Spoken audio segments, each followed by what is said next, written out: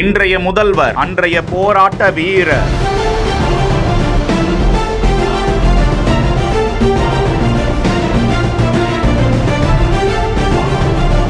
சித்திரவதையை அனுபவித்த வலி மிகுந்த கதை இது.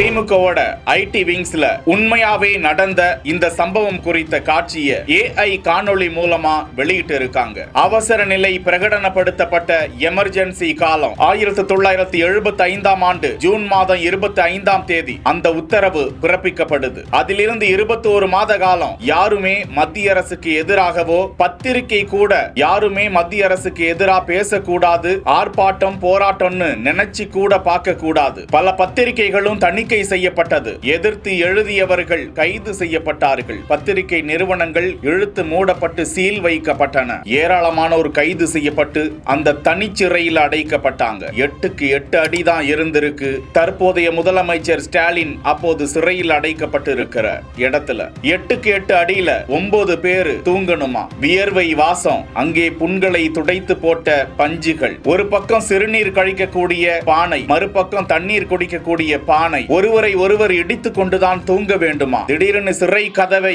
கம்பிகளை தட்டும் சத்தம். வெளியே சென்றவுடன் இழுத்து போட்டு லத்தியால் அடிக்கிறார்கள். மயங்கி விழுகிறார் ஸ்டாலின். அந்த அதிரடி தாக்குதலை தாங்கிக் கொள்ள உடன் இருந்த கட்சி தோழர்கள் மேலே விழுகிறார்கள். அந்த அடி தாங்க முடியாமல் திமுகவை சேர்ந்த கழக தொண்டர் ஒருவர், சிட்டி பாபு என்பவர், உயிர் இழந்து விடுகிறார். அந்த அளவிற்கு அந்த போராட்ட களம் நீடித்திருக்கிறது. தமிழகத்தில் கலைஞரின் ஆட்சி பறிக்கப்பட்டது. சட்டமன்றம் இழுத்து மூடப்பட்டது. எதிர்த்து கேள்வி கேட்டால் சிறை கதவுகள் திறக்கப்பட்டன. ஆனால் எதற்கும் அஞ்சாத ஒரு தமிழனாய் வீறு கொண்டு புறப்பட்ட போராட்ட வீரர் என்று AI காணொளியை பகிர்ந்திருக்க அந்த கட்சியினரும் முதலமைச்சர் ஸ்டாலினின் ரசிகர்களும் பொதுமக்களும் இந்த காணொளிக்கு வெகு வரவேற்பை கொடுத்து வருகிறார்கள். எமர்ஜென்சி காலம் குறித்து உங்களுக்கு தெரிந்த கதையை கருத்துக்களில் விவாதிப்போம். செய்திகளை உடனுக்குடன் தெரிந்து கொள்ள பிஹைண்ட் வுட்ஸ் நியூஸ் வாட்ஸ்அப் சேனலுடன் இணைந்திருங்கள். செய்திகளை வழங்கியோர் Manju group, SIMS pharmacy and clinics, grand royal tour.